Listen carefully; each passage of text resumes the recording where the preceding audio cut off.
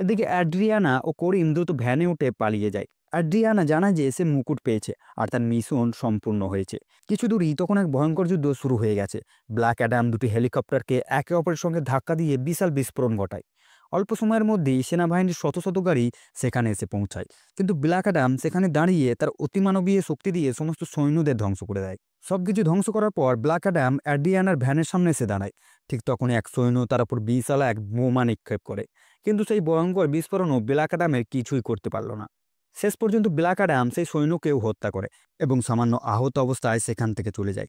এত বিশাল ধ্বংসযজ্ঞ দেখে করিম স্বস্তির নিঃশ্বাস ফেলে এবং বলে, চলো, অবশেষে এই রাক্ষস চলে গেছে। কিন্তু হঠাৎ সেই মুহূর্তে ব্ল্যাক অ্যাডাম তার ক্ষতগুলোর কারণে পৃথিবীতে ফিরে এসে মাটিতে আছড়ে পড়ল।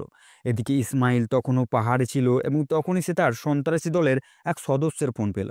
আসলে ইসমাইল একজন আন্ডারকভার এজেন্ট হিসাবে অ্যাড্রিনিয়ার মাধ্যমে তাজ দখল করতে এসেছিল।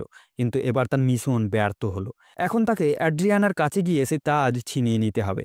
অন্যদিকে যখন হকম্যান নামের এক ব্যক্তি জানতে পারল যে ব্ল্যাক অ্যাডাম আবার জীবিত হয়ে উঠেছে, তখন সে তার সুপারহিরো টিমকে তৎক্ষণাৎ কাজে লাগানোর নির্দেশ দিল।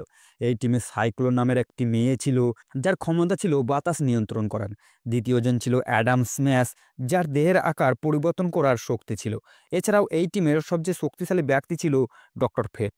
যাই হোক, এই তিনজন হকম্যানের ডাকে সাড়া দিয়ে যুক্তরাষ্ট্রে তারা বাংলোতে পৌঁছালো। খুব শীঘ্রই তারা জানতে পারলো যে তাদের একটি আন্তর্জাতিক মিশনে পাঠানো হচ্ছে। হকম্যান চেয়েছিল তারা সবাই খান্ডক শহরে গিয়ে ব্ল্যাক অ্যাডাম নামের এক সুপার হিউম্যানকে ধরে নিয়ে আসুক। এই টিমের নাম ছিল জাস্টিস সোসাইটি এবং তারা একটি সুপারশিপে চড়ে রওনা দিল। হকম্যান জানালো যে এই শিপ ধ্বংস করা সম্ভব নয়, কারণ এর বাইরের আবরণ এক বিশেষ ধাতু দিয়ে তৈরি হয়েছে। কিছুক্ষণ পর যখন ব্ল্যাক অ্যাডামের চোখ খুলল, তখন সে আমন নামে এক ছেলের ঘরে ছিল। সে বিছানা থেকে উঠে নিজের শক্তি ব্যবহার করে তার সব ক্ষত সারিয়ে তুলল। তখন সে বুঝতে পারল যে সে পাহাড়ের মধ্যে ৫,০০০ বছর ধরে বন্দী ছিল।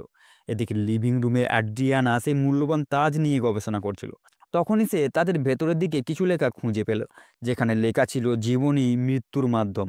অন্যদিকে আমন ব্ল্যাক অ্যাডামকে জানালো যে সে যখন নিখোঁজ হয়েছিল তখন থেকে খান্ডক শহরে অন্যান্য দেশগুলো এসে দখল করে নিয়েছে এবং এখানকার মানুষদের দাস বানিয়ে রেখেছে। কিন্তু খান্ডকের মানুষ ব্ল্যাক অ্যাডামের একটি মূর্তি বানিয়েছিল, কারণ তাদের দৃঢ় বিশ্বাস ছিল যে একদিন না একদিন ব্ল্যাক অ্যাডাম ফিরে আসবে এবং তাদের উদ্ধার করবে। কিন্তু এই কথা শুনে ব্ল্যাক অ্যাডাম বলল, আমি কোনো নায়ক নয়, এবং হঠাৎ দেওয়াল ভেঙে বেরিয়ে গেল। এখন ব্ল্যাক অ্যাডাম নতুন পৃথিবীর সন্ধানে বেরিয়ে পড়ল, আর আমন তার গোপন পথ দিয়ে তাকে অনুসরণ করলো, যাতে তার মা কিছুই বুঝতে না পারে।